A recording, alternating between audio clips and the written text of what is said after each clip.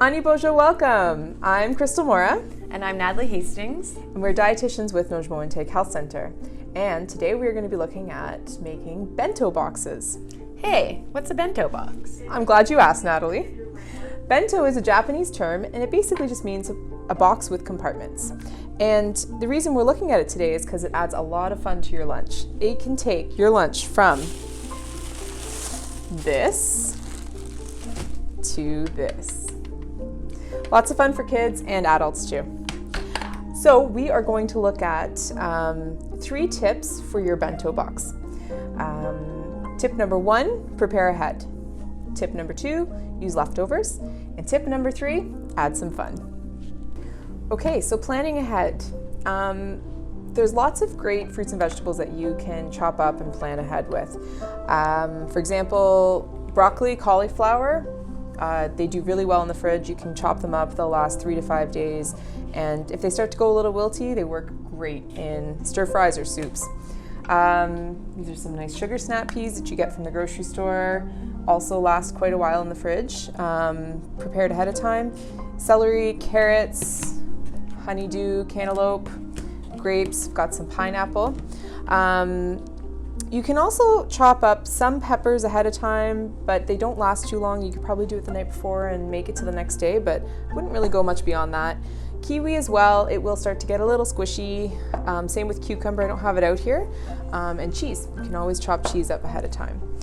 And it's really nice, especially if you're in a big rush first thing in the morning. You know, all you got to do is take your prepackaged, your prepared vegetables out of the fridge and make them pretty. So, you know, when you're organizing a bento box, really, it's just taking a little bit of care to place things nicely. You can actually get bento boxes online, like I think there's a few different brands out there, but today we're just going to simply use, you know, a rectangle box. And yeah, it's really just giving your food a little care in the presentation. Okay, and then these are also great, the little silicone muffin tins. Throw that in there and it just creates another little compartment for you to organize yourself. There we go. More likely to eat veggies like this in the fridge than, you know, or a melon sitting on the counter compared to them being chopped up, prepared. So that helps. Yes, anything prepared, if it's ready to go, you're more likely to use it. Anyway, there you go. Got a nice little balanced box, very simple. I had everything prepared ahead of time. You saw how quick that was, and nice and pretty. Yeah. Using leftovers. So we had some leftover chicken. We made a chicken salad sandwich recipe, which also we did for the YouTube video, so you can check that out. So I'm going to use a little sandwich here, some leftover pasta. Put that in here.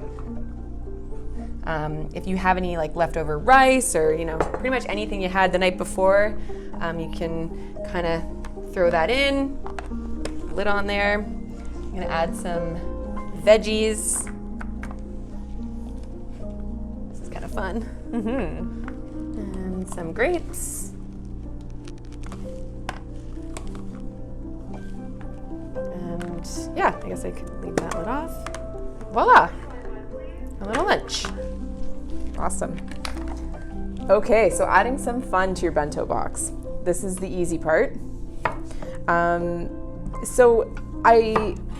You can get creative. You can use cookie cutters. You can use anything at home. But adding some shapes to your vegetables can really make it interesting for kids. So what I'm going to do is just kind of turn this little guy into a heart. At least I hope I am. So you can do small things like this, you know, to make your cucumbers a little more exciting.